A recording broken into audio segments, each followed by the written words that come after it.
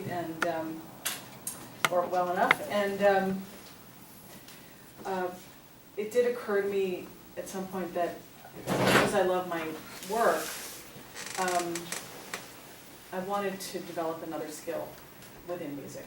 And I had never taught, and at my daughter's school there was really no music program.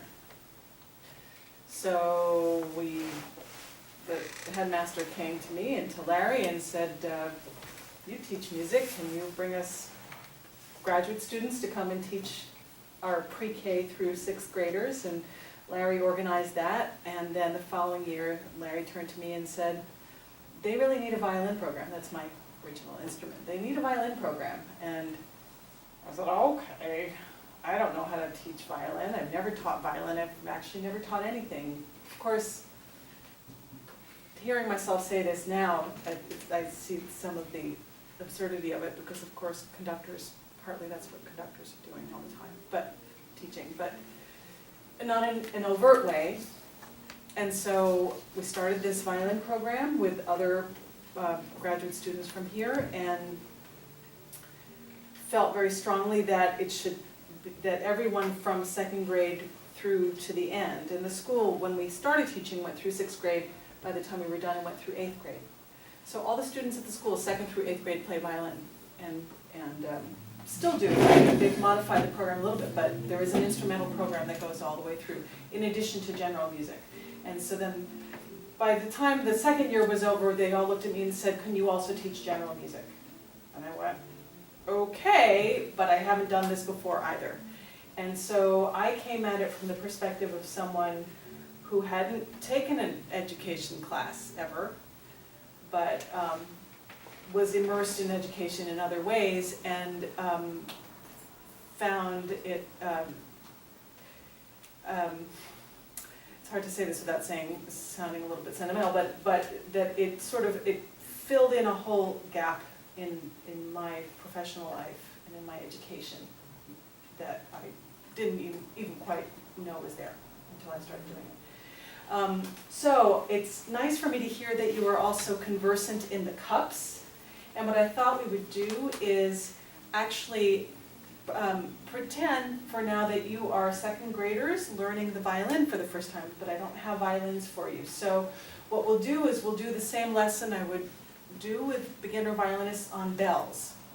But I don't have enough bells, and so as 2nd graders you're also going to practice your ability to share, which is not so easy for them, but they're starting to get better at that in 2nd grade. But before we do that, let's warm up a little bit. So usually when I talk to little ones, pre-Ks, the school got bigger at the bottom too. Started K through 6 and now it's pre-K through 8. So I would say to them, say, okay, I've got cups, and they're in pre-K. Can you all see the numbers? It's important to be able to see the numbers pretty well. I can either make them higher. Would that help people in the back row? Okay. So there's always a weird thing, like doesn't matter if it's for, you all see the numbers, and they start to make noises. That looks funny. Is that right? That's 1, 2, 3, right? And they, no, that's not right. How about that? Is that better? You have to pretend you're pre-Ks. No. No, there you go. Right. No. Well, this is better, right? Did I get it right now? Yeah. Okay. Have you ever sung cups before? No. Okay. So here's a 1. Ready? Here we go. 1, 2, 3. I thought you told me you never sang cups before. Let's do it again. 1, 2, 3. I bet you can't do it backwards. And they sing really well in tune, by the way. 3, 2, 1. 3, 2, 1. 1, 1, 1, 2, 2, 2, 2, 3, 2, 1. Does anybody know that song? Most of them don't. You guys do, I think, some of you, right?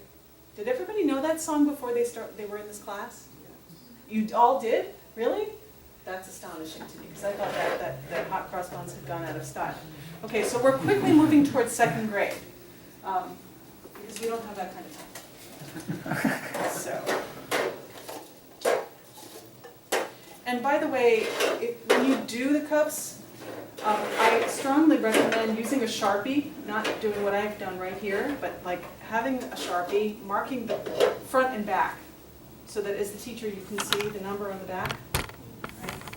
Now, if I do this, come on, someone here, some good second grader is gonna say what? Where's 3? What, you don't know this is a 3? You sure? Okay, so what number is this? Well, you can't see the 8, how do you know it's an 8? Right, or what's this? Yeah, it has to be, right, because they're already so conversant in seriation and knowing what, they've been obsessing over what order things go in, right, till this point. So, yes, it's important to see them, but it's how important is it, right? Okay, so here we go, let's hear the 1 again. 1. You guys are so good, here we go. 1, 2, 3, 1. Good, and when I make this sort of rainbow with my finger, can you make a rainbow with your voice? 1, 2, 3, 1, 3, 1, 3, 4, 5, 1, 5, 1. Good, take a breath. 1, 1, 5, 6, 6, 5, 4, 4, 3, 3, 2, 2, 1. Good. One more time.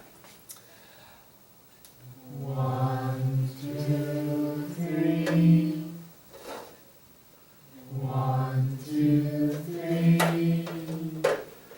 1, 2, 3.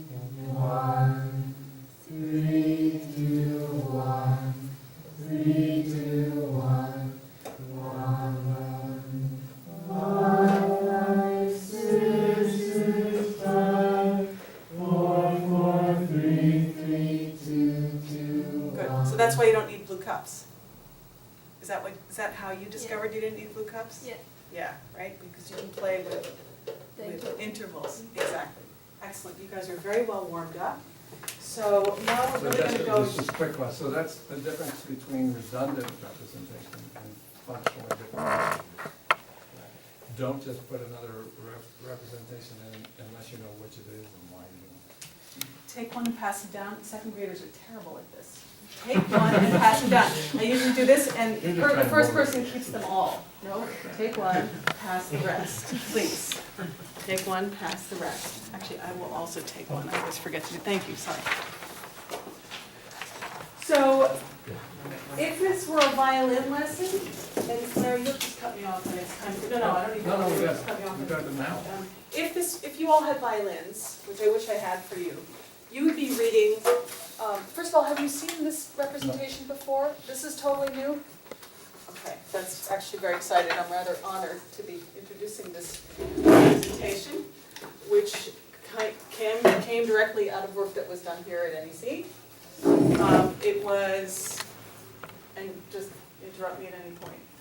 Well, it's obviously multiple representations, right? Intersecting. Multiple representations, but not only that, it's an authentic, seems to me, and rich form of representation that even pre-Ks can read to some degree, and certainly second graders can read it actually to the fullest degree.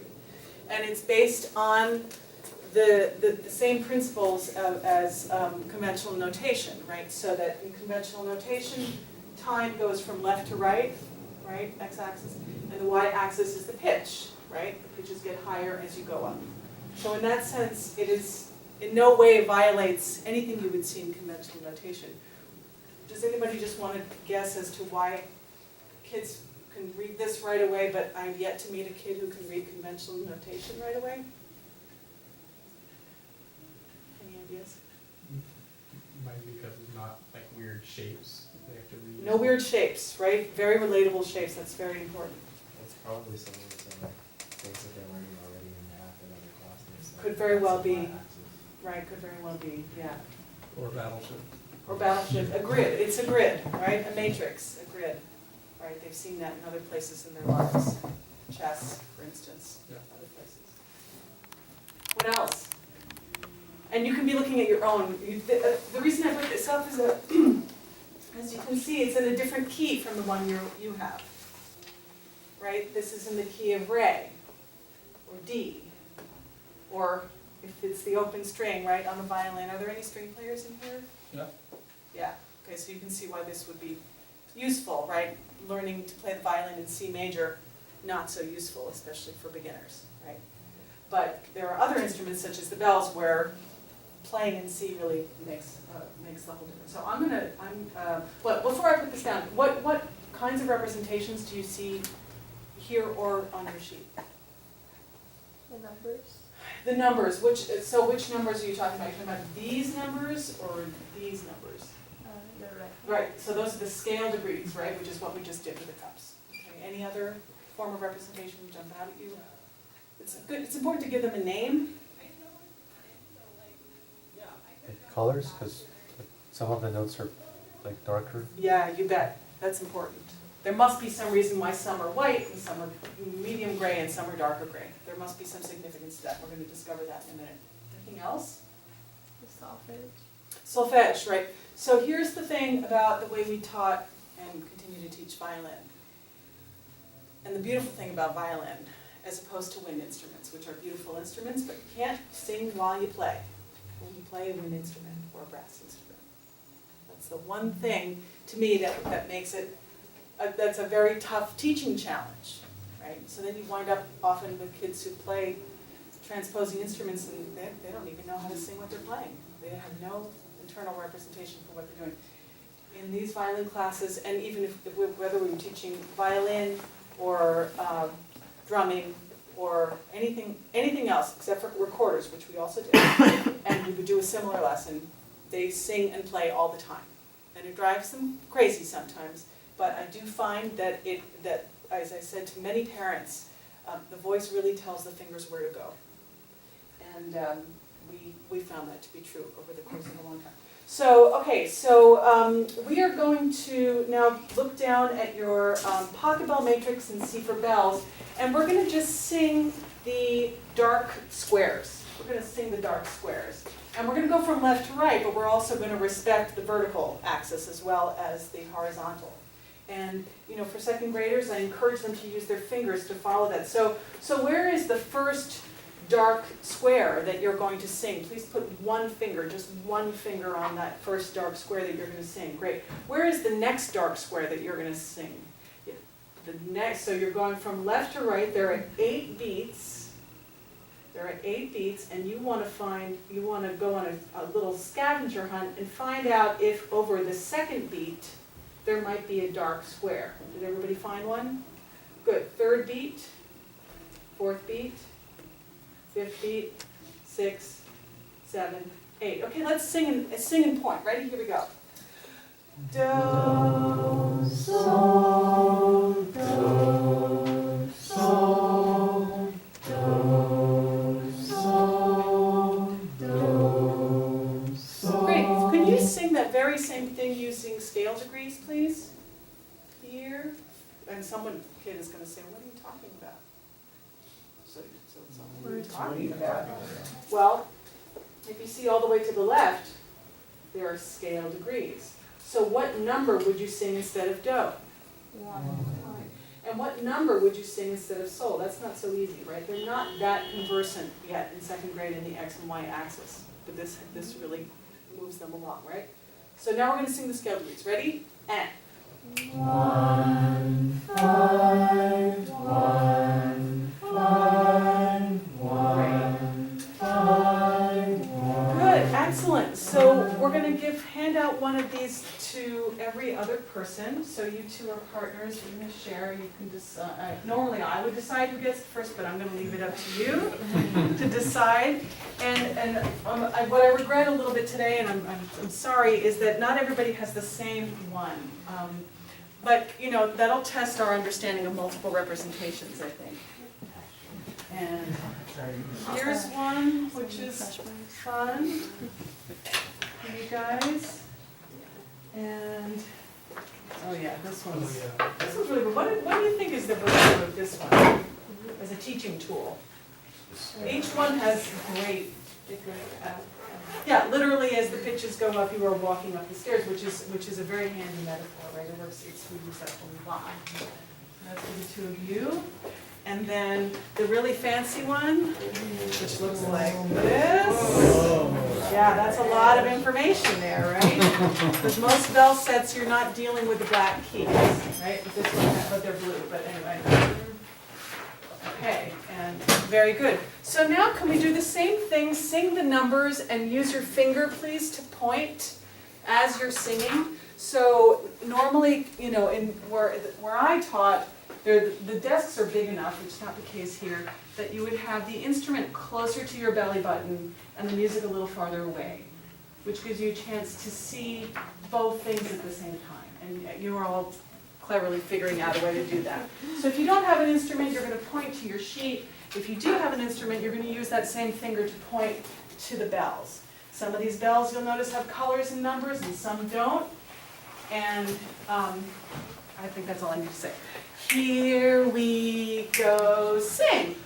1, 5, 1, 5, 1, 5, 1.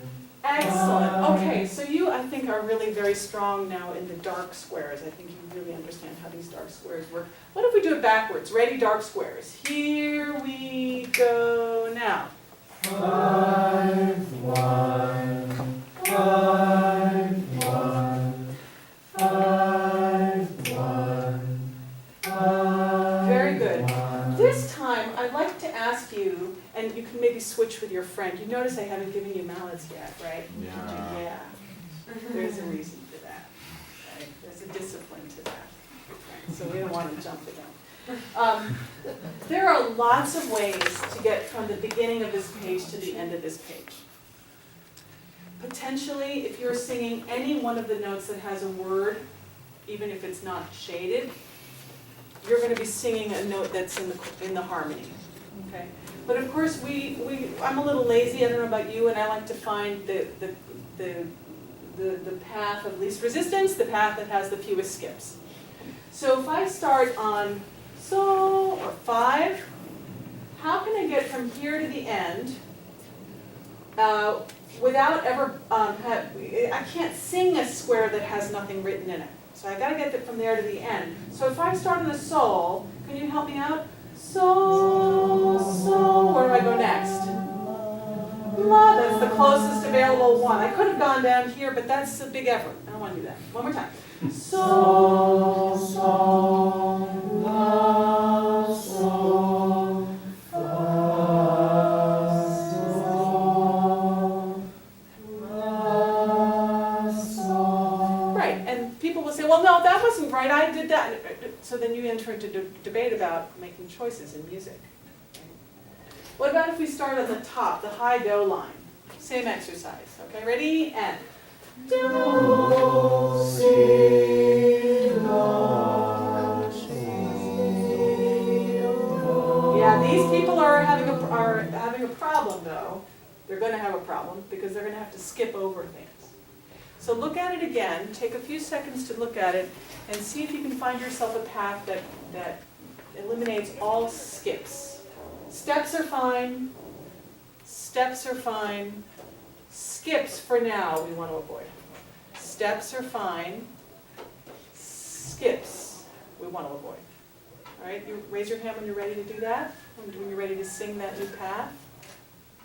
Starting on the high do and avoiding all skips.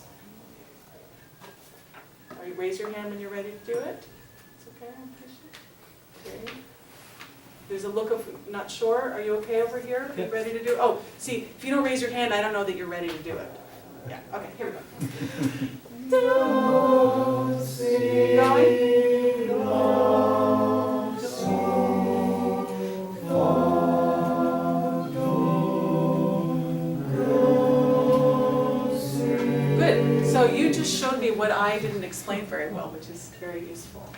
I wanted to stay as close to do as possible. I'm calling it the high do line. Right? So if you stay as close to do as possible, you're going to wind up with do, si, do, do, do, si. So then we can call it the high do line. It's just useful, right? So now, now I'm gonna hand out mallets. And there's a rest position for every instrument. Every instrument has its rest position. I don't care which hand you use to hold the mallet in, but this is rest position. So when I give it to you, can you show everybody what rest position looks like? And be sure that you're sharing with your partner. I'm not monitoring the sharing.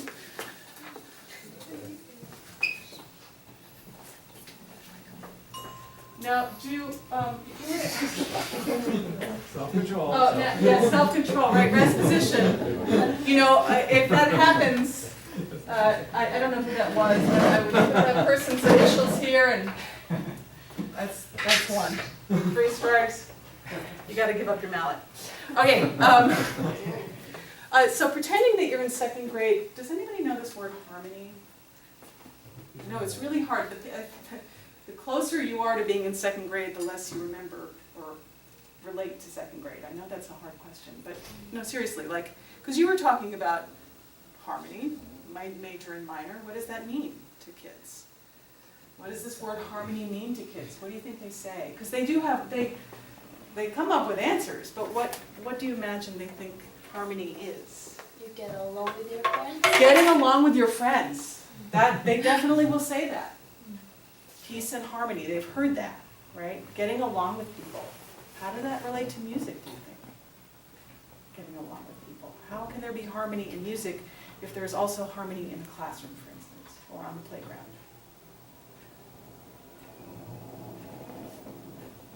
So let's all sing Twinkle Twinkle. Here we go. Twinkle, twinkle, little star. Was that harmony? We got along. Were we getting along? Yeah. Was that harmony? 2nd graders know that it's not. They know that much. They know that much. But they probably don't know much beyond that. Okay, so just keep that in the back of your head. Okay, so everybody's in rest position. Good, so can you please helicopter to the first dark square? But I don't want to hear it. So you have to have a lot of self-control. Oh, does anybody here play percussion? That's too bad. Okay, so here I am, I'm the expert. But there is a way to hold the mallet. It's with your palm facing the floor. So kids are going to hold it like crazy ways, the way they hold pencils in all crazy ways. Right.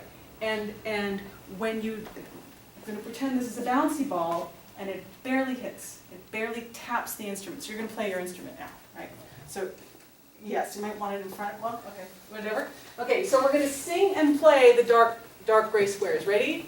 And if you don't have an instrument, you use your finger on your paper. Ready? And do, sol, do. Switch to numbers. 1, 5, 1, 5. Excellent. Give your instrument to your neighbor, please. I would like the people in the front row. I would like the people in the front row to play the rest position, please. Excellent. Front row to play the dark squares if you're in the front row. If you're in the back row, I would like you to do the soul line that we sang before. You know, when you found your way from the beginning to the end without any skips, just steps. Everybody ready to do that? And of course, we're going to sing and play. And if my hand goes up like this, you're going to stop playing, but you're going to keep singing. Okay?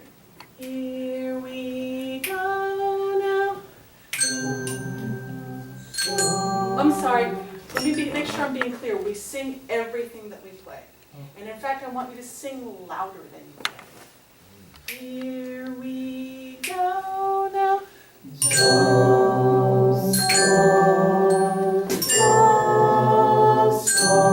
Back line.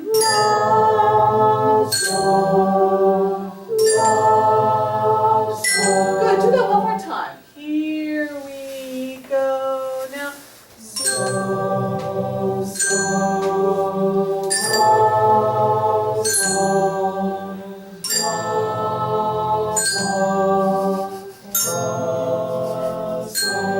Right. How many things are you keeping track of at that point? That's a lot. Right? What were you keeping track of? We'll just make a quick little list.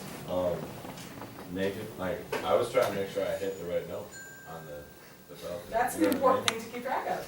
Like coordination kind of, you know? You bet. And second graders do this exercise. This is not sort of, this is an actual thing that they do. What else were you keeping track of? Making sure that what you're singing is matching what you're playing. Yeah, that's a good one, right. What else were you keeping track of? Or maybe forgot to keep track of, but then eventually remembered to keep track of? Not following other people. I mean, What do you mean? the different parts. Yeah. Yeah. Oh, sticking to your own part Right. instead of doing what the other people behind you were doing. Yeah. Sure. Right. And, but anything else? My hand. Right. That's a lot of things to be thinking about.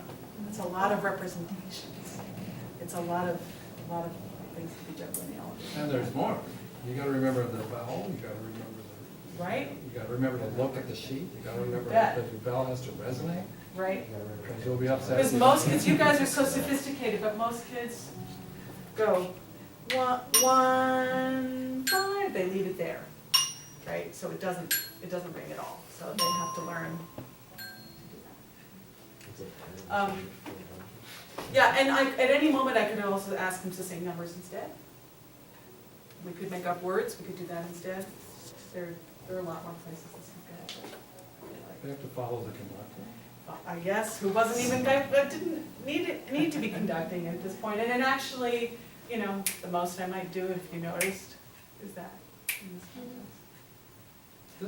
This is a fundamental idea about music in education. It's the chance when children are doing a lot of things at the same time. It's multiple simultaneous cognition.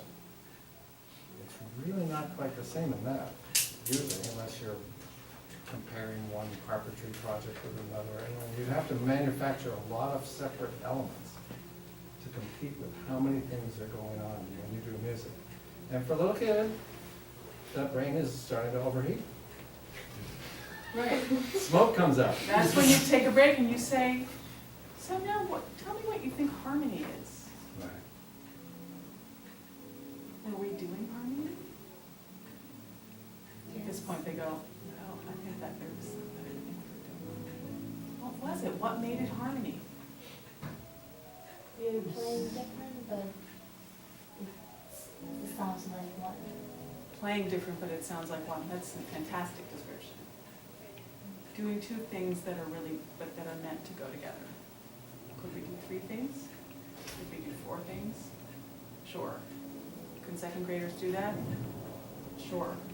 Because you can ask them, one group to do do, sol, another group to start on mi, another group to start on sol, another group to start on do, another group to, you know what? Whatever you want, as long as it's a square that has something written inside of it. Now you can get to improvisation. Which is why a document like that is something that we would use from 2nd through 8th grade. Because then with their violins,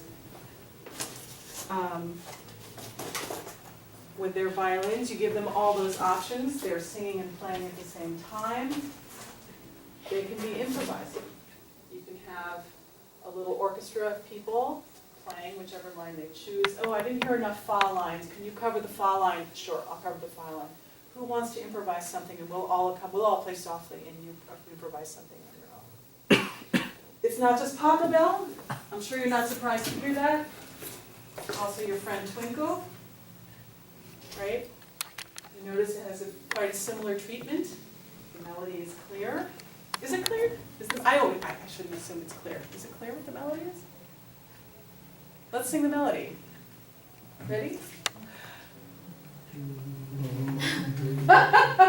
So the first note is that, right? We're in a new key. Can we all sing that note?